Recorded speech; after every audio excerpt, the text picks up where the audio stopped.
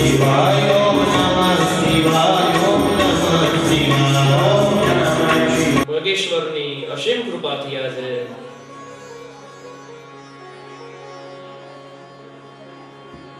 ચંપાબેન ગોવિંદભાઈ મહેતાના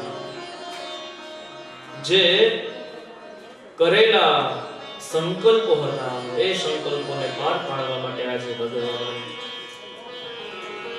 શિવ કથાનો છે લાવો મળ્યો છે બધાને।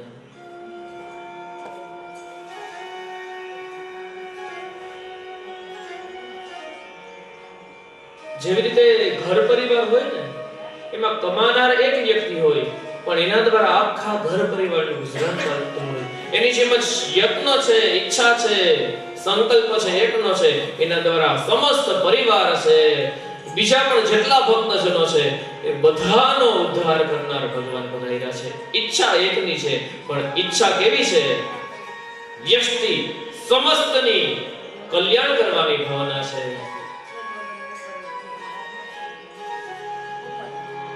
કે ભગવાનની કૃપા હોય ને તો આવી ભાવના પણ ભગવાનની કૃપાથી થાય છે।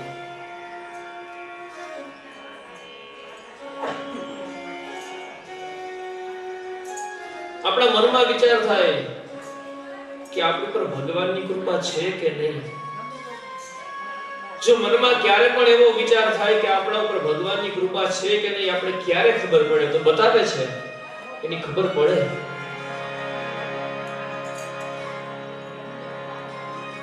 જ્યારે પણ આપણા મનમાં વિચારો છે એ વિચારો માત્ર સ્વાર્થના નહીં પણ પરમાર્થના વિચારો આવે ને એટલે સમજવાનું કે ભગવાનની કૃપા આપણી પર છે। જ્યારે કોઈ પણ વ્યક્તિ પોતાનું નહીં પણ બીજાનો વિચારે એટલે સમજવું એના પર ભગવાનની કૃપા થાય છે।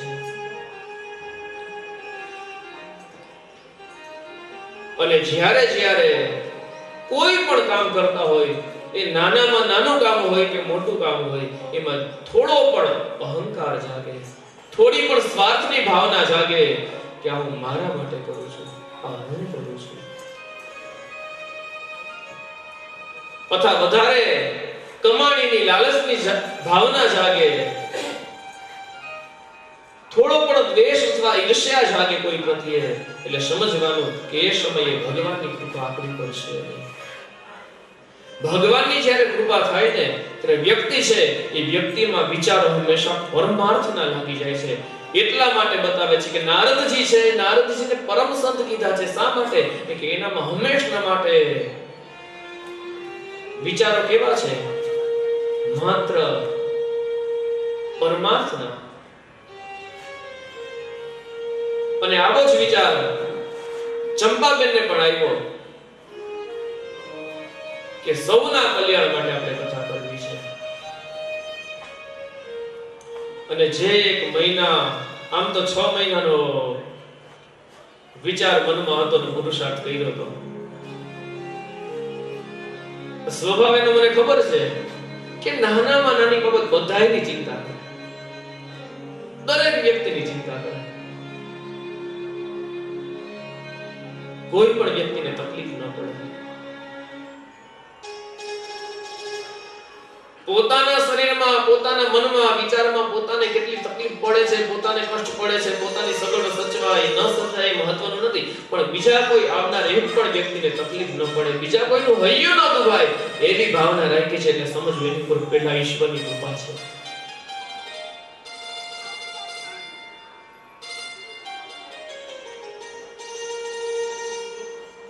જ્યાં સુધી મનમાં પરમાર્થની ભાવના જાગે છે બીજાનું હિત કરવાની ભાવના જાગે છે ત્યાં સુધી ભગવાન છે એ સમજવું હંમેશા આપણી સાથે ને સાથે આપણો હાથ પકડીને ઊભા છે। મહાભારતના સંગ્રામમાં પાંડવોની સાથે ભગવાન હતા શા માટે કારણ કે એ લોકો ધર્મ માટે લડતા હતા।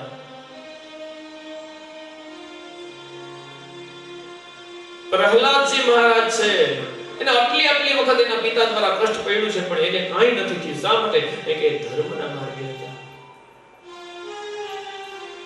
ધ્રુવજી મહારાજ 5 વર્ષમાં વનમાં ગયા છે પણ એને કાંઈ તકલીફ નથી પડી શા માટે કે ધર્મના માર્ગે તપ કરે છે। ઋષિમુનિઓ વનમાં જઈને ભગવાનનું યજન કરે છે. શા માટે? પોતાના માટે નહીં, પણ પરમાર્થ માટે જપ કરે છે, તપ કરે છે, અનુષ્ઠાન કરે છે.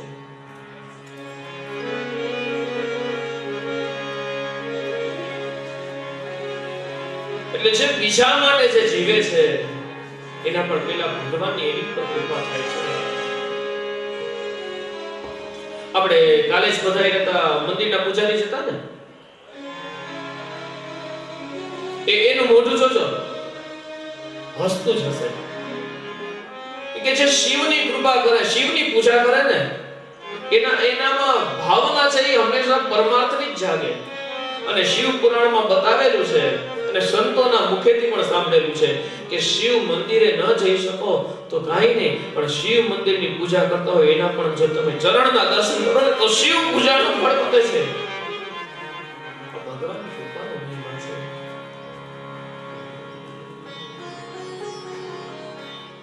કાલના મહાત્મ્યની કથામાં આપણે સાંભળેલું કે દુરાચારી જે દુષ્ટ હતો, પાપી હતો, માતુ પિતૃ વધુ નહતું, માતા પિતા અને પત્નીનો પણ હત્યારો હતો, એવા દુષ્ટને પણ માત્ર ને માત્ર એક ઘડી કથા શ્રવણ કરી અને શિવ મંદિરમાં નિવાસ કર્યો અને એના દ્વારા ભગવાને પરમ ધામની પ્રાપ્તિ અપાવી છે. ત્યારે શૌનક આદિ ઋષિમુનિઓ છે એ શુતજી મહારાજને પ્રશ્ન પૂછે છે કે હે મહારાજ,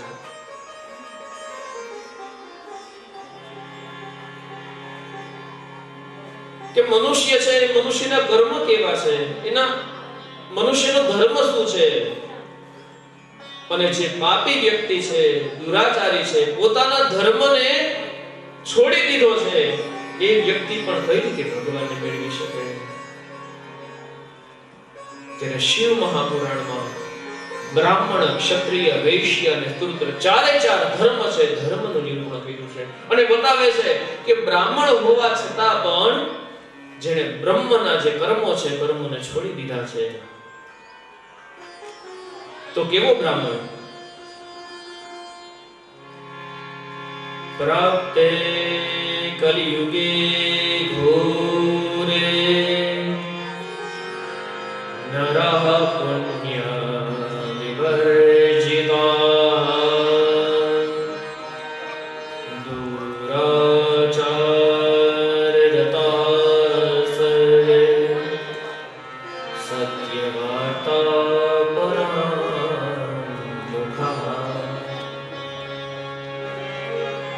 કે બ્રાહ્મણ હોય જન્મથી, પરંતુ પ્રાપ્તે કલિયુગે ઘોરે નરઃ પુણ્ય વિવર્જિતઃ કે કળિયુગના પ્રભાવે બ્રાહ્મણ છે એ પુણ્ય કર્મને ત્યાગ કરી દીધો છે.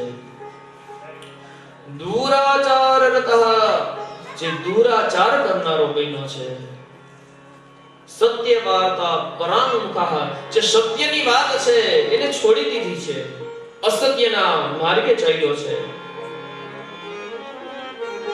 પરાપવાદ નિરતઃ પરદ્રવ્યાભિલાષિનઃ પરાપવાદ નિરતઃ બીજાના સાથે નિંદા કરવામાં રચ્યો પચ્યો રહે છે, અપવાદ કરવામાં રચ્યો પચ્યો રહે છે. પરદ્રવ્યાભિલાષિનઃ બીજાનું દ્રવ્ય મેળવવાની લાલસા જાગે છે. બ્રાહ્મણને ચાર વર્ણમાં પૂજનીય શું કામે બતાવ્યો છે ખબર? કે બ્રાહ્મણના મનમાં કોઈ દિવસ લોભ ન હોય, અને જેના મનમાં લોભ હોય એને શાસ્ત્રમાં કીધું છે એ બ્રાહ્મણ નથી. એટલા માટે અહીંયા બતાવે છે કે પરદ્રવ્યાભિલાષ બીજાનું દ્રવ્ય છે મેળવવાની જેનામાં લાલચ છે એવો બ્રાહ્મણ થઈ ગયો છે.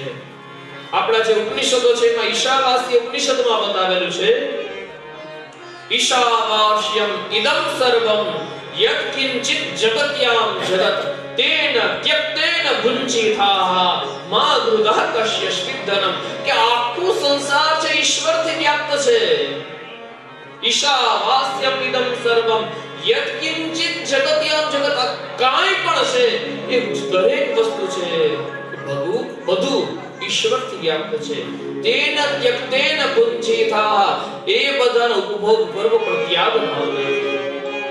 આપણે ભલે એવો મતલબ નથી નથી કે આપણે ઘર પરિવાર છોડી વનમાં, એવું નહીં. મોટા બંગલામાં રહીએ, ઘરમાં રહીએ, સારા સારા કપડા ધારણ કરીએ, શુભ આભૂષણો ધારણ કરીએ. આ શું નામ ભાઈનું? એને જોઈને આપણું મન ખીલી જાય.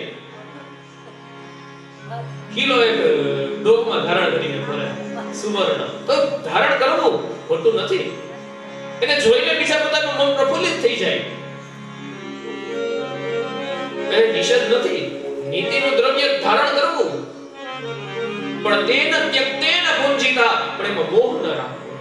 ત્યાગ ભાવનાથી ઉપભોગ કરો. સારા કપડા પહેરીએ, બહેનોને શોખ હોય સારા કપડા પહેરવા, ન વાંધો એમાં. સારા કપડા પહેરો, આભૂષણ પહેરો, બધું સારી સારી મોટી મોટી ગાડીઓમાં ફરીએ, પણ ત્યાગ ભાવનાથી ઉપભોગ કરો. ઈશાવાસ્ય ઉપનિષદમાં કીધું છે. પણ જ્યારે એમાં મોહ જાગે છે કે આ મારું છે, એ જ બંધનનું કારણ. મોટો બંગલો હોય કે આ દેહ હોય, એમાં જ્યારે મોહ જાગે ને, એ જ બંધનનું કારણ.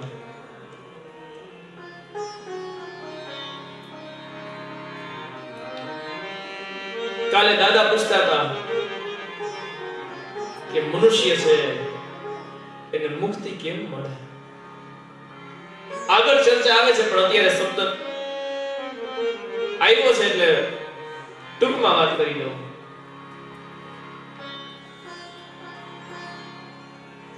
આપણા શાસ્ત્રો છે ને, ધર્મ ગ્રંથો જે 18 પુરાણો બનાવ્યા છે, 4 વેદો બનાવ્યા છે, ઉપનિષદો બનાવ્યા છે, એ બધાની ગૂઢ ભાષા છે. એ બધાનું અભ્યાસ કરી, એનું ચિંતન કરીએ અને પછી એનો સાર ગ્રહણ કરીએ તો ખ્યાલ આવે બધું ગૂઢ છે. જેમ આપણી લૌકિક ઉદાહરણથી સમજીએ, કોઈ બેન ચા મેલે તો ઘણાને કેવું હોય કે પેલા પાણી થોડું ઉકળે, પછી એમાં ભૂકી નાખે, પછી ખાંડ ને દૂધ નાખે. ચા તો બનવાની છે.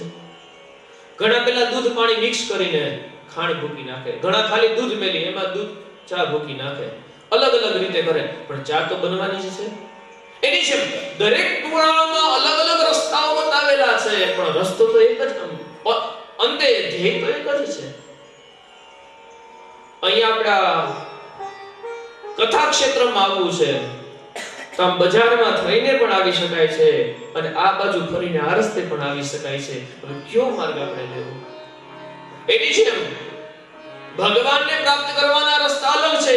કોઈ યજ્ઞનો માર્ગ અપનાવે છે, કોઈ તપનો માર્ગ અપનાવે છે, કોઈ જપનો માર્ગ અપનાવે છે, કોઈ યોગનો માર્ગ અપનાવે છે, કોઈ અનુષ્ઠાનનો માર્ગ અપનાવે છે, કોઈ શૈવ ભક્તિ દ્વારા ભગવાનને યજન કરે છે, કોઈ શાક્ત બની અને માં ભગવતીની આરાધના કરે છે, કોઈ વૈષ્ણવ બની અને કૃષ્ણની સેવા કરે છે, કોઈ રામ સંપ્રદાયના બની અને ભગવાન શ્રી રામ મર્યાદા પુરુષોત્તમની સેવા કરે છે. કોઈની પણ સેવા કરીએ, પણ અંતે તો માર્ગ એક જ છે, ધ્યેય એક જ છે, રસ્તાઓ અલગ અલગ છે.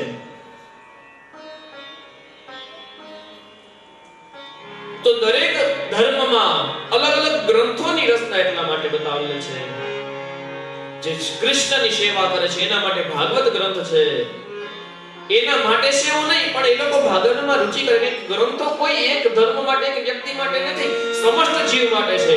પણ કૃષ્ણની કથામાં મુખ્ય ઉદ્દેશ્યથી બતાવેલ છે.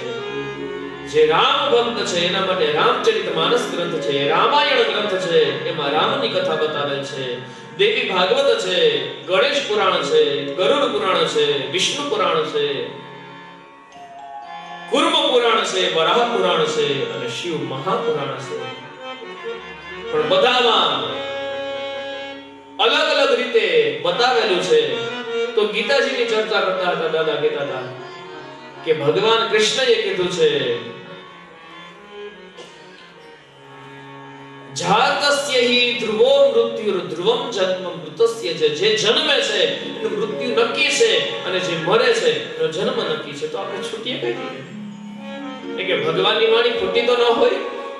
જે જન્મે છે એ મરવાનું નક્કી છે, અને જે મરે છે એનો જન્મ નક્કી છે અને છે. તો આપણે મુક્તિ કેમ મળે? તો આગળ ગીતાજીમાં ભગવાન એ પણ કહે છે ને કે યદ ગત્વા ન નિવર્તન્તે તદ્ધામ પરમમ. જ્યાં એકવાર જાય પછી પાછો કોઈ દી નથી આવતો, એ મારું પરમધામ છે. એમ પણ ભગવાને કીધું છે. તો આ કઈ રીતે આપણે સમજવું એક બાજુ ભગવાન કહે છે કે જાય પાછો નથી આવતો મારા ધર્મમાંથી, અને બીજી બાજુ એમ પણ કહે છે જે જન્મે છે એ મરે છે, મરે છે એ જન્મ લે છે. ખાલી બે શબ્દ છે, મુક્તિ અને મૃત્યુ. બે શબ્દ.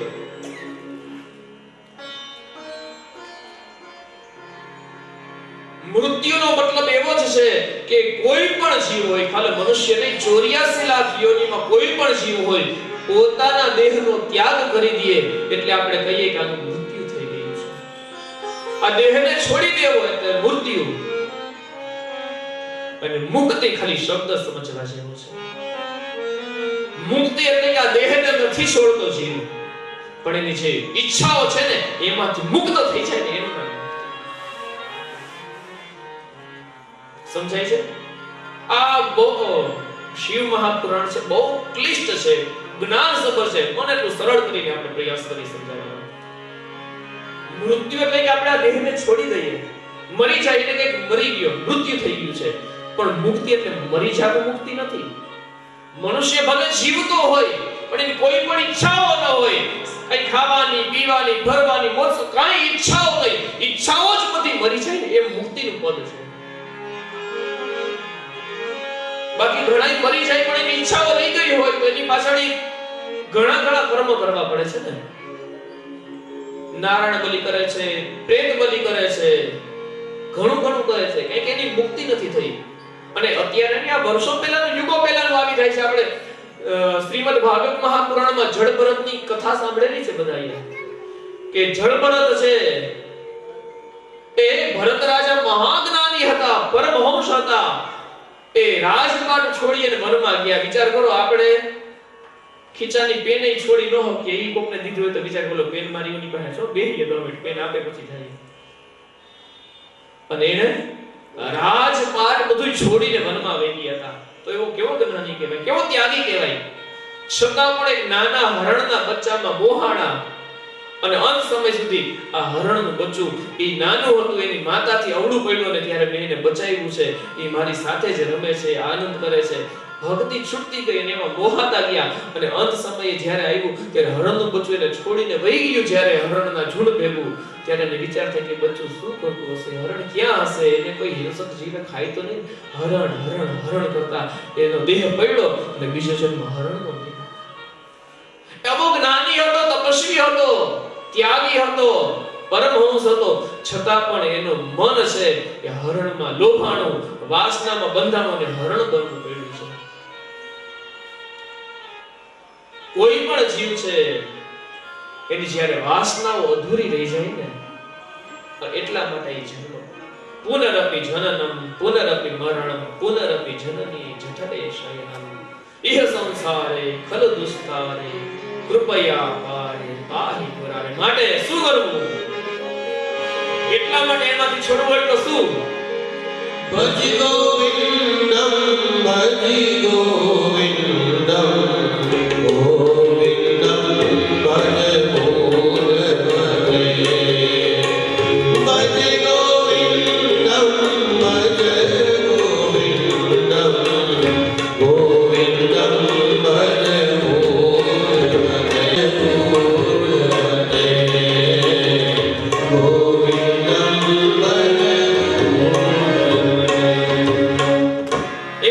જ્યારે વાસનાઓ રહી જાય છે. ઘણી વાર આ એવું જોયું છે, ઘણી વાર ઘણા મરી જાય ને ઈચ્છાઓ બહુ ઓરી રહી ગઈ તો ઘણી વાર પછી ધૂણી ગાંઠિયા ખવડાવે. ઘણા જોયા હે.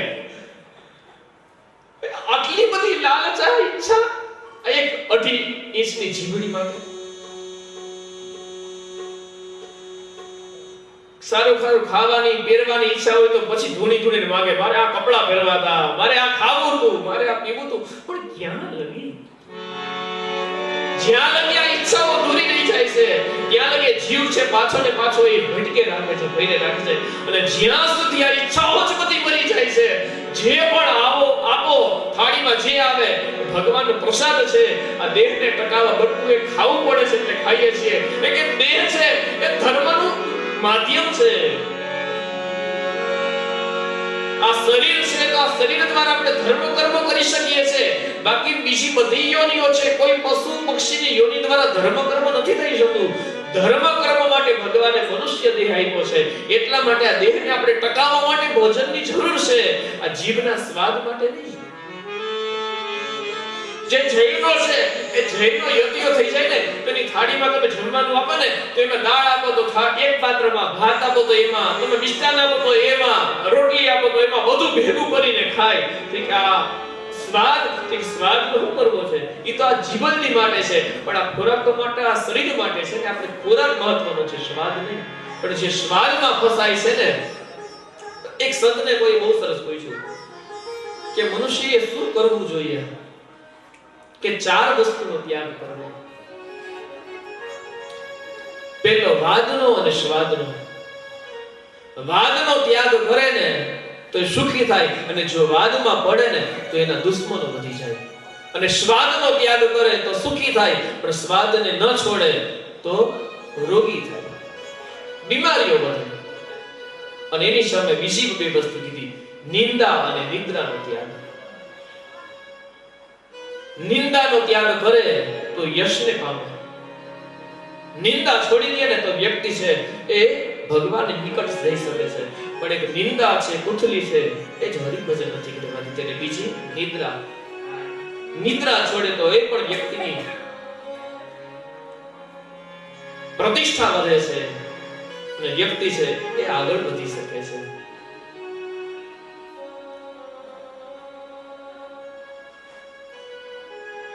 પિતાજી યાદ આવે છે, એ બહુ સરસ ભજન ગાતા. એક આળસ વેરી છે આપણું, નથી ભજવા દેતો હરિનું નામ રે. એક આળસ વેરી છે આપણું. ઘણી વાર હું કે નિશાળેથી આવ્યા હોય કે યજ્ઞમાંથી આવ્યા હોય, થાય કાંઈ હોઈ જાય ને, પછી કે હું કેટલી ઘડી ઊંઘું છે. આ આળસ કે શું?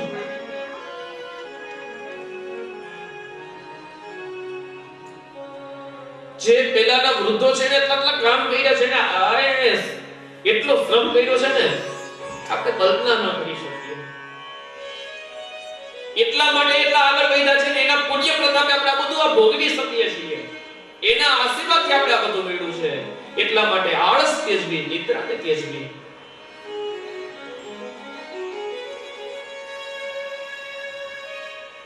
અને આ બધું પણ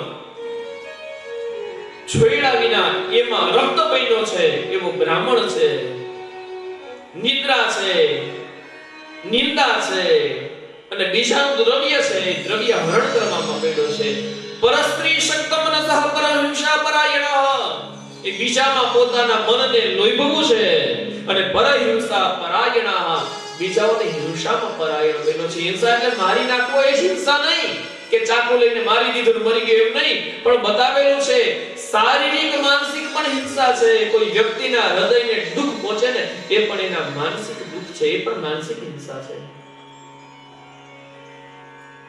દેહાત્મ દૃષ્ટ્યા મૂઢા નાસ્તિકા અશુદ્ધયઃ માતૃપિતૃર્નિર્દેશા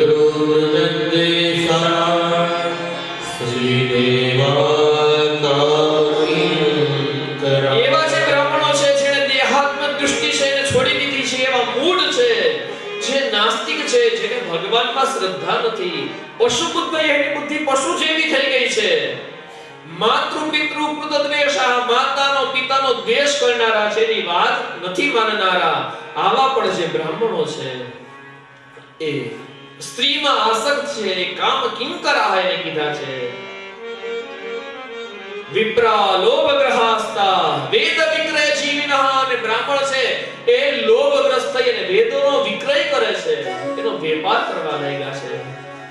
ધનાર્જનાર્થમયસ્ત વિદ્યામદ વિમોહિતા. ધન અર્થન માટે જ, ધન મેળવવા માટે જ પોતે વેદોનો વેપાર કરે છે. વિદ્યામદ વિમોહિતા. અને કોઈની પાસે વિદ્યા છે તેનો મદ છે, એનો અભિમાન છે, એના દ્વારા વિદ્યા છે, એ વિદ્યાનો પણ એ સદુપયોગ નથી કરી શકતા.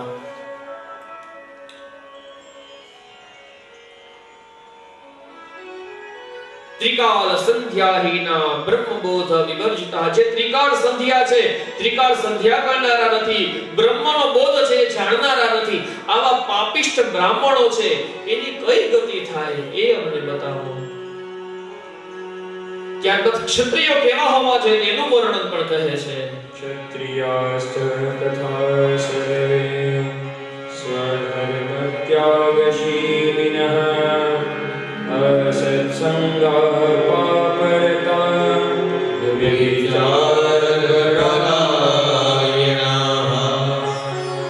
ક્ષત્રિય સદા સર્વે સ્વધર્મ ત્યાગશીલના, ક્ષત્રિયોએ પોતાનો ધર્મ છે એ ધર્મનો ત્યાગ કરી દીધો છે. અસત્સંગાહ, જે દુષ્ટ વ્યક્તિ છે એનો સંગ કર્યો છે અને પાપથી રત બન્યો છે અને વ્યભિચારમાં દ્રષ્ટ બન્યો છે અને પોતાના ક્ષત્રિય ધર્મને એને લજાવ્યો છે. અને પાછો સ્વભાવ કેવો થઈ ગયો છે ને, અસુરા અરણઃ પ્રીતાઃ પલાયન પરાયણાઃ. અસુરા, અસુર એનો મતલબ થાય દૈત્ય, અને અસુર એટલે કે શૂર એટલે કે જે શૂરવીર છે, જે રણમાં સંગ્રામમાં હજારોની સામે એકલો ઊભો થઈ જાય એ શૂરવીર કહેવાય.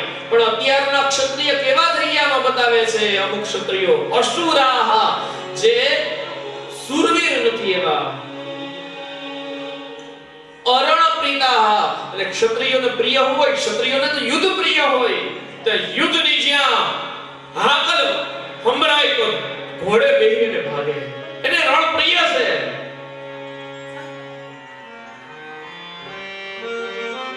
જ્યારે અરણ પ્રિય, જેને યુદ્ધ ગમતું નથી, લડવું ગમતું નથી, ડર લાગે છે, પલાયન પરાયણા, અને કે યુદ્ધની વાત થાય ને કોઈ બાજે તો પારી ઠેકીને ભાગી જાય, આવા થઈ ગયા છે ઘણા.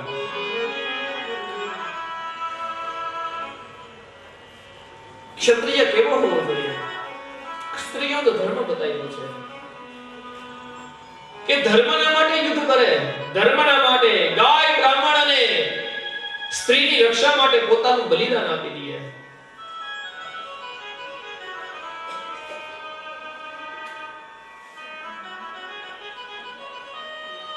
જ્યારે અત્યારે ક્ષત્રિય છે કુચૌર વૃત્તયઃ શૂદ્રઃ કામ કિંકરમ ચેતસઃ, ચોર વૃત્તિના થઈ ગયા છે.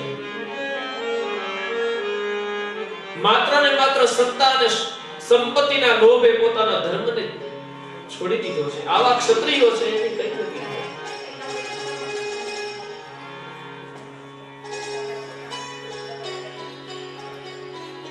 ક્ષત્રિય એટલે કે રાજા.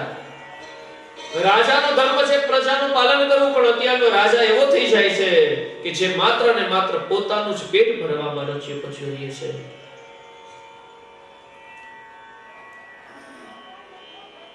રાજાના ધર્મનો સુંદર મજાનું નિરૂપણ ઘણા બધા શ્લોકોમાં થયું છે. ત્યારબાદ વૈશ્યનો બતાવે છે કે વૈશ્ય કેવો હોવો જોઈએ.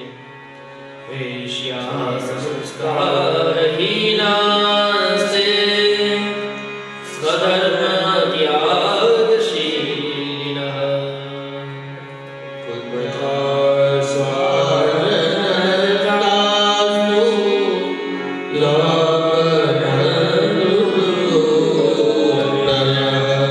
જે વૈશ્ય છે, વેપારી છે, સંસ્કારહીન થઈ ગયા છે, સ્વધર્મ ત્યાગશીલિનઃ, પોતાના ધર્મનો ત્યાગનો શીલનો એને ત્યાગ કરી દીધો છે.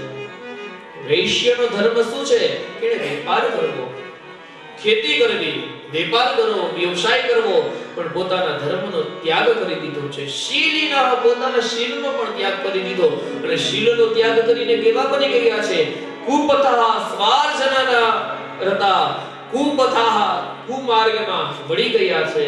સ્વ અર્જન, જે પોતે જ પોતાના માટે અર્જન ભેગું કરવા લાગ્યા છે. સ્થૂલા કર્મ વૃત્તય, સ્થૂલા કર્મ વૃત્તય, જે ત્રાજવામાં પણ છેતરપિંડી કરવા માંડ્યા છે. આમાં બતાવેલું છે, ઉલ્લેખ છે, અત્યારે હું બોલે છે, આમાં વર્ષો પહેલા ઉલ્લેખ છે.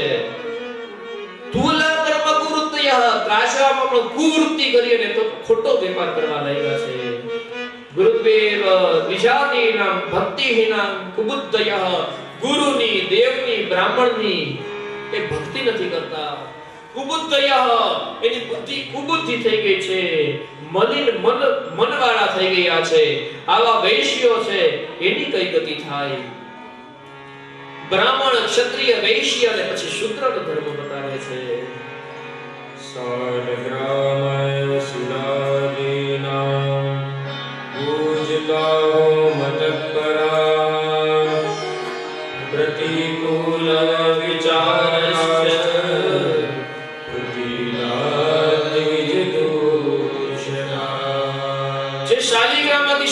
પૂજા કરનારા, પૂજાના યજ્ઞો કરનારા જે બ્રાહ્મણો છે એ બ્રાહ્મણોનો દ્વેષ કરનારા બન્યા છે, કુટિલ બુદ્ધિના બની ગયા છે.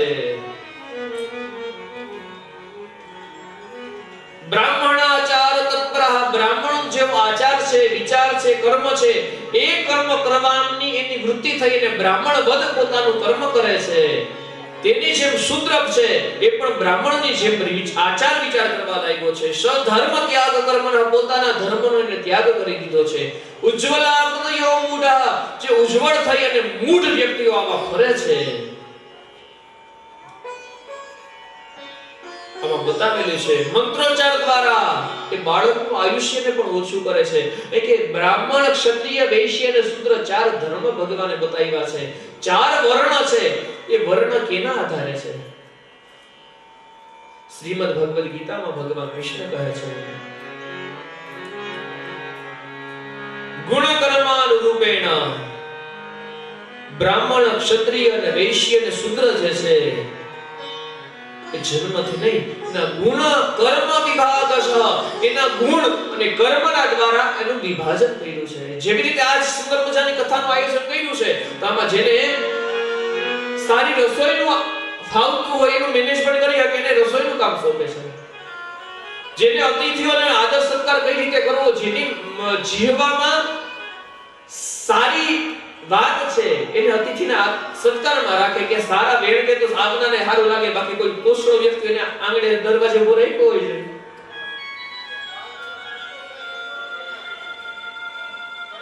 જેને જે કાર્ય સારી રીતે ફાવે એ કાર્યમાં એની નિયુક્તિ કરવામાં આવે. એની જેમ જ બ્રાહ્મણ, વૈશ્ય, ક્ષત્રિય, શૂદ્ર ચારે ચાર વર્ણ છે. ગુણ કર્મ વિભાગ છે, એના ગુણ, એના કર્મ અને એના કાર્યના આધારે ભગવાને ચાર ધર્મનું નિરૂપણ કર્યું છે.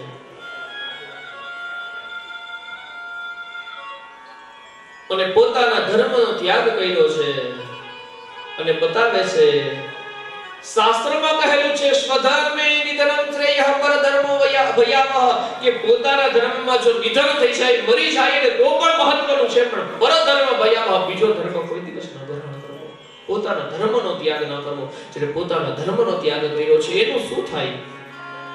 અને માત્ર ચાર ધર્મના જ નહીં, અન્ય પણ બીજા બધા જીવો છે એનું શું થાય? એના માટે પણ પૂછે છે.